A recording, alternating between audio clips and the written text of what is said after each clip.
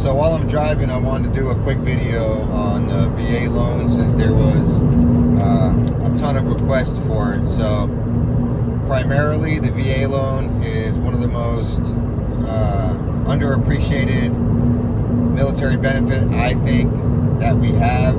You know, I went through the ranks for my 22-year career, and I was led to believe that you save your VA loan for the end, let it accumulate, and you know, it's always the best to use it at the end of your career for your retirement home. That was like some of the messages that were being spread across as I was coming in. I just retired last year. I'm hoping that changes. I'm hoping that we're getting a little bit more educated on the VA loan, and we're using the VA loan as an investment tool for each duty station that, you know, you go to where you can buy a house. So I got that from a buddy of mine when I was in Warrant Officer Advanced Course, and you know, they were bragging, I own 5 houses, I own 6 houses, I own 3 houses, and I didn't own any houses at the time. So I was like, how did you do that? And they just used their VA loan. So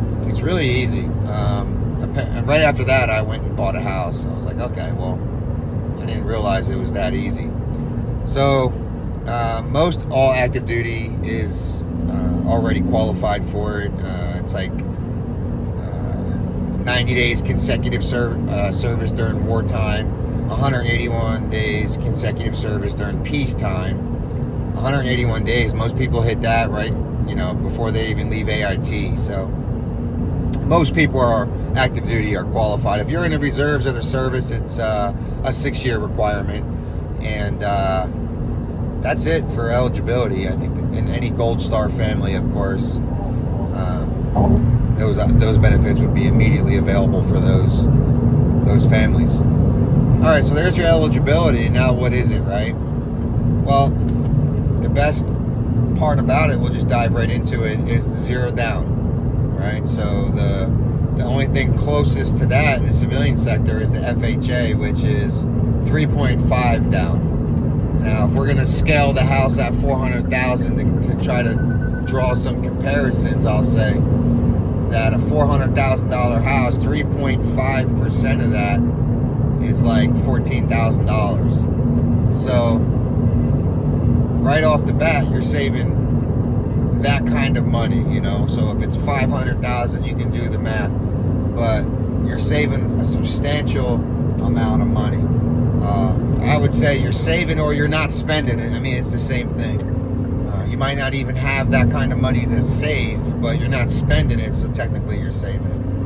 The other two are considerable, not comparable, but the conventional loan is at 5%, which would be a lot more, and it's also at 20%. The conventional loan at 20% is a strategy for buyers to avoid PMI, which is private mortgage insurance on a $400,000 house. It could add about another $350 in monthly payments for the life of the loan. So getting rid of the PMI would be very beneficial.